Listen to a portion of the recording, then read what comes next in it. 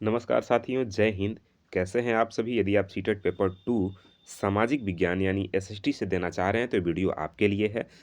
आइए आज का सेशन चालू करते हैं। इससे पहले चैनल पे नए हैं तो चैनल को सब्सक्राइब कर दीजिएगा।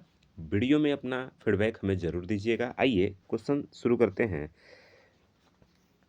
पहला क्वेश्चन है, प्राचीन भारतीय इतिहास के अध्ययन के मुख्यतः कितने स्रोत हैं? एकदम आपके एनसीईआरटी से ही क्वेश्चन को उठाया गया है, इसलिए आप ध्यान से इस क्वेश्चन का आंसर करिएगा। तो इसका जो राइट आंसर है वह है ऑप्शन नंबर बी यानी 3। प्राचीन भारतीय इतिहास के अध्ययन के मुख्यतः कितने स्रोत हैं? 3। 3 कौन कौन से स्रोत हैं? तो देखिए, एक है पुरातात्विक साक्ष्य, एक है साहित्यिक साक्ष्य और एक है विदेशियों के वृत्तांत। ठीक है ना? अभिलेखों के अध्ययन को क्या कहा जाता है? अभिलेखों के अध्ययन को क्या कहा जाता है? तो कहा जाता है पुरालेख शास्त्र यानी एपिग्राफी। ठीक है ना? चलिए देखिए, अभिलेखों के अध्ययन की विधा को पुरालेख शास्त्र या एपिग्राफी के नाम से जाना जाता है। अगला क्वेश्चन है, बोग बोगजकोई अभिलेख में किन वैदिक देवताओं का उल्लेख मिलता है? आपको बताना है कि किन वैदिक देवताओं का उल्लेख मिलता है। तो राइट आंसर है ऑप्शन नंबर सी, मित्र का, वरुण का, इंद्र का तथा नासत्य का जो है इसमें वर्णन मिलता है बोझगोई अभिलेख में। ठीक है ना? ये बोझगोई अभिलेख एशिया माइनर से प्राप्त अभिलेख जो है 1400 ईसा पूर्व का है। भुजगई अभिलेख जो है एशिया माइनर का, ये प्राप्त अभिलेख 1400 ईसा पूर्व का है, जिसमें वैदिक देवताओं यानी मित्र, वरुण, इंद्र तथा नासत्य यानी अश्विनी कुमार का उल्लेख है। ठीक है ना? अगला क्वेश्चन है, 1837 ईस्वी में किसने ब्राह्मी लिपि में उत्कीर्ण अशोक के अभिलेखों को पढ़ने में सफलता पाई? तो राइट आंसर आपको बताना है। देखिए, 4 विकल्प आपके सामने है, आपको बताना है कौन सा सही आंसर है। तो यहाँ पे जो राइट आंसर होगा option number C, James Prinsep. ठीक है ना? अगला क्वेश्चन अगर बात करें, देखिए 1837 ईस्वी में जेम्स प्रिंसेप ने सबसे पहले ब्राह्मी लिपि में उत्कीर्ण अशोक अभिलेखों को पढ़ने में सफलता हासिल किया था। ठीक है ना? समुद्रगुप्त की प्रयाग प्रशस्ति किस अभिलेख पर उत्कीर्ण है? तो यह अशोक के प्रयाग अभिलेख पर उत्कीर्ण है। ठीक है ना? चलिए देखिए, समुद्रगुप्त की जो प्रशस्ति है उसके राजकवि हरिसेन ने उत्कीर्ण की थी। अशोक के मूल प्रयाग अभिलेख पर ही अंकित है यह। अगला क्वेश्चन है, सिक्कों के अध्ययन को क्या कहा जाता है? आपको बताना है सिक्कों के अध्ययन को क्या कहा जाता है। तो इसको कहा जाता है न्यूमिस्मैटिक्स या मुद्रा शास्त्र। ठीक है ना?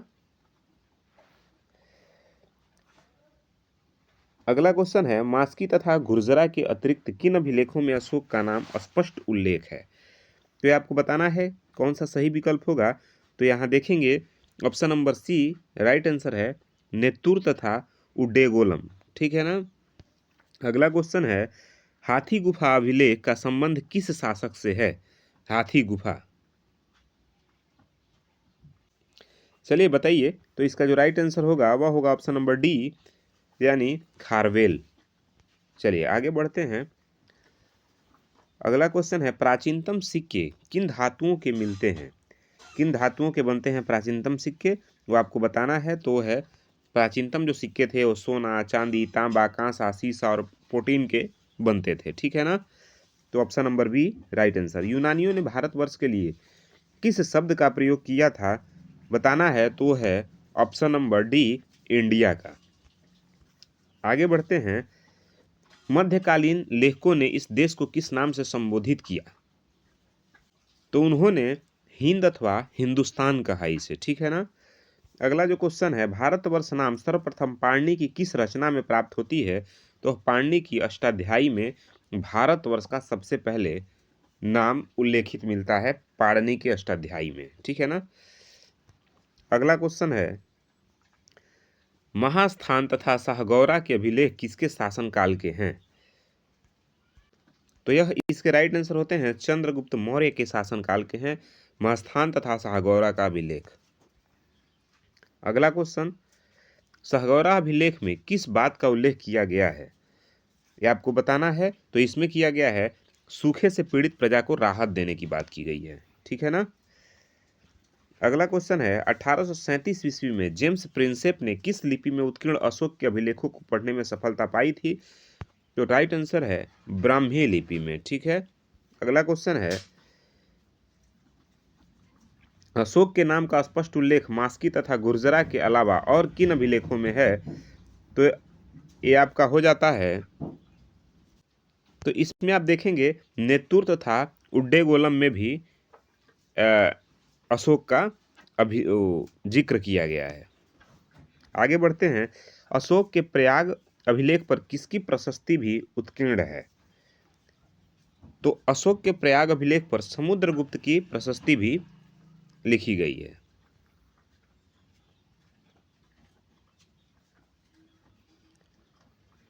चलिए आगे बढ़ते हैं। समुद्रगुप्त की प्रयाग प्रशस्ति किसने उत्कीर्ण की थी? तो आप देखेंगे यहाँ पे राइट आंसर है हरिसेन, जो उनके राज कवि थे। किसके? समुद्रगुप्त के। प्रयाग प्रशस्ति का संबंध किस शासक से है? तो प्रयाग प्रशस्ति का संबंध समुद्रगुप्त से है। इसमें समुद्रगुप्त के उपलब्धियों का वर्णन होता है। हाथी गुम्फा अभिलेख का संबंध किस शासक से है? तो आपको बताना है यहाँ पे राइट आंसर क्या होगा। राइट आंसर होगा यहाँ खारवेल से संबंधित है। हाथी गुफा का संबंध खारवेल से है। अगला क्वेश्चन है कि गिरनार यानी जूनागढ़ शिलालेख का संबंध किस शासक से है? तो जो राइट आंसर होगा ऑप्शन नंबर सी, रुद्रदामन से इसका संबंध है। ठीक है ना। किसका? जूनागढ़ अभिलेख का, शिलालेख का। ठीक है ना। सिक्कों के अध्ययन को किस नाम से जाना जाता है? तो अभी आपने पढ़ा कि इसे